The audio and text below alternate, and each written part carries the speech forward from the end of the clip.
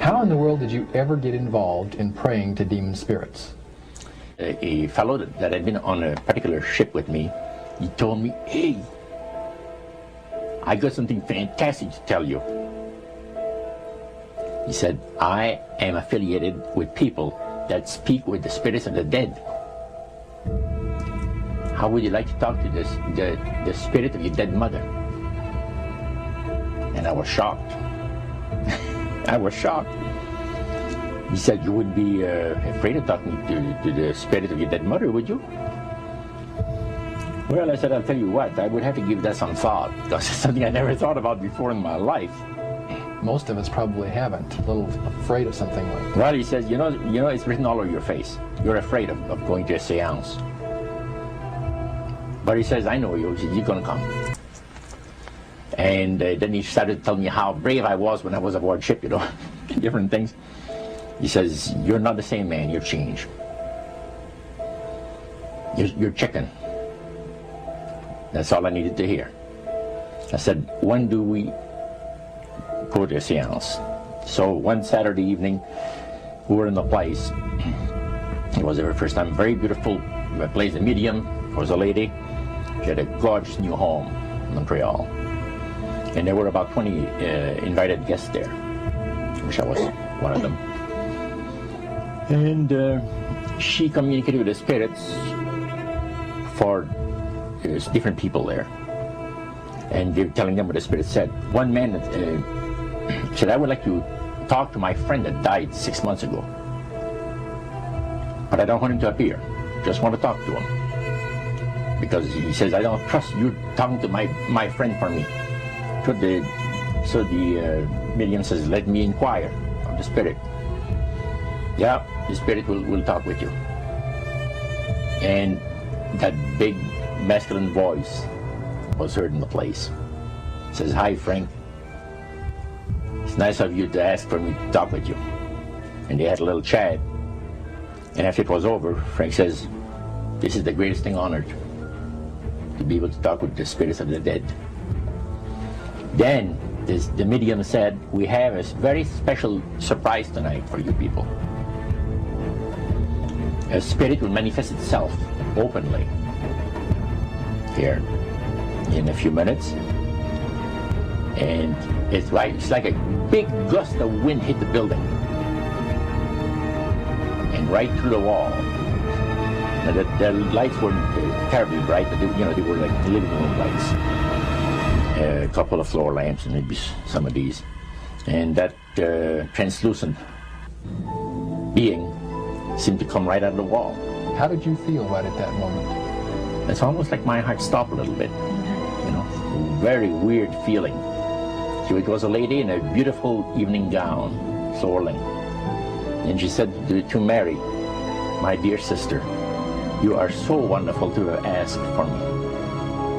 And Mary fainted and fell right off her chair on the floor. And a couple of guys jumped up and picked her up, and spirit gone. And that was the beginning of it. That's how you got into it. Yeah, that's the way I got into it. After a while, you see, there's something interesting about the human mind. You can adjust to an awful lot of stuff. You can adjust to a lot of things that would terrify you to begin with. After a while, they become common and ordinary. So you mean contact with the supernatural can become commonplace and ordinary and doesn't bother anybody? Yeah. In other words, the more that you do it, you're not uncomfortable. That's right. It's just not an uneasy feeling. Yeah. So how did you feel about it? Then I got into a secret society that worshiped the spirits, you see. Well, how is that different from the seance, Roger? It happens that the seance are not involving in many ways. But when you get into a secret society of spirit worshippers, then, and especially when you're invited there by the direction of the higher-ups in the spirit world, you never get out of there alive. And this is exactly what my friend and I were up against. We didn't know anything about. And there was a very, very popular big band leader. Jazz musician? Band, yeah, very famous. And one night we went to one of these seances, and he was with his wife. So Roger, you're at this restaurant. What happened? We sat there, and we had our favorite alcoholic beverages, you know. And as we talk, the band leader says, he says, I want power. I go right to the source of power. And he says, how do you think that I became famous the way that I am? And I said, you must have had some good luck. Well, he says, there's no such thing as good luck. He says, there's either some power working for you somewhere, or you don't get ahead in this world. Not in my type of occupation. So it went from there. We got talking about spirit worship. Did it intrigue you? Or did it make you want to find out more about what exactly he was talking about? Yeah. So he said the supposed spirits of the dead that you're talking with are demon spirits. They're fallen angels. They're beautiful beings. Just set it out, just like that. Oh yeah. It didn't make you uneasy when he said they were Well, demon it shocked you a little bit, something that you first hear mentioned to you. He said, you guys have got a great future ahead of you. Because we've been told, the high priest of our society, secret society, has been told that the master has very special plans for you too. Now, what did he mean by the master? Satan. And we were interested to hear more about it. And he told us, he says, look, we worship spirits. We worship Lucifer and all his angels. They're just as beautiful as they did before they were cast out of heaven. He says there was a misunderstanding in the whole thing. He says among the inhabitants of the galaxies. And he says our master was misunderstood. And God did not bear with him like he does with people that make mistakes today. So we're in a warfare, good against evil. And we happen to be the evil ones, but we're not that bad. He says, I look at this business between the forces of good and evil. He says, you believe in one person believes in God, and everyone believes in Lucifer. It's like politics. So the great controversy is real. And you've heard someone talk about it that's on the other side. And to these people, they are sold to the fact that Christ will not return to this planet with power and great glory. He's going to abdicate all claims to the planet, because the high priest once said that Christ will abdicate all claims to the planet because he knows that it is lawfully and rightfully Satan's. And at that time, he says, so the priest says, well, now, he says, for those of you that are new, let me tell you that this is the most feasible way, he says, to please the spirits. It's to deride Christ and his people, and his church and all that. So they sing out of Christian hymnals. They didn't sing Christian words to the hymns, however. Well, they changed a lot of them. Yeah. And not for it's the a form of blasphemy. Yeah. Such as you see today in the rock music world. You see the entertainers, they have these crosses. The ladies got earrings, crosses. The guys got crosses. This is a form of blasphemy, a form of deriding Christ. You see. Spirits cause the people to do that, to find pleasure in wearing this type of emblem, which is the cross is the emblem of the crucifixion of Christ for the Christians. Better to reign in hell than serve in heaven, is that it? Why not? I'm here on the ground with my nose in it since the whole thing began. I've nurtured every sensation man has been inspired to have. I cared about what he wanted, and I never judged him. Why? Because I never rejected him. In spite of all his imperfections, I'm a fan of man. I'm a humanist.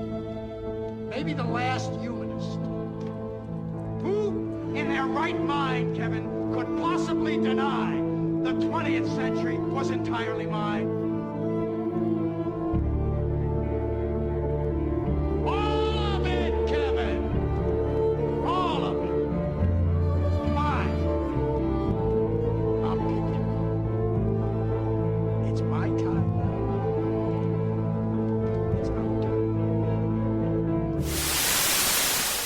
the master of my life has revealed to me that it is time for you people to become acquainted with the worship room of the gods, where they had the spirits that had materialized. They photographed them, and then they had paintings made of them. And there was probably about maybe 100 of those around the place. So how did you feel when you walked into that room? I felt that these people had power, and they had a lot of it. Did that attract you? Yes and no. You had mixed feelings about it? I had mixed feelings about it. Yeah. Because to a certain extent, things looked so good and sounded so good to us. But you see, I'd been brought up in a Christian home. My dad says, well, you know, if you get involved in wrongdoing, you're going to have to pay the price. There's always a cost for everything in this world. So this thought kept creeping to my mind. Just how far you go with these spirits before we start paying the price. So it made you just a little bit nervous. Oh, yes. But yet you kept going back. Oh, there was no way out. Because that's what we're told. You knew at that time. Yeah. So you were moving forward more on fear. More on fear, yes. Because the high priest said that the master had special plans for us in our lives. And that no one ever went into this society unless they were invited by the spirits. So that was made very clear. In reality, Roger, you were chosen by high-powered demon spirits to be a part of their human, special, privileged group. You see, these people in Montreal, the society, like the priest mentioned, there's thousands of spirit worshippers in only different societies of spirit worshippers in this world. But he says we are the elite. We know the real truth about the master and his angels. And they are not hideous-looking beings. They are gorgeous creatures. And from the paintings that they had on the walls of that worship room. Now, when you would go to these praise sessions, what kinds of things happened at those sessions? Well, there's a lot of success stories. The masters has done this for me and that for me. I remember one. At what point did this demon worship start to affect you personally, Roger? Well, it wasn't too long that the priest mentioned to us that the time had arrived for us to start trusting the spirits and give the spirits a chance to work for us. And there was a number of gifts that you could choose from.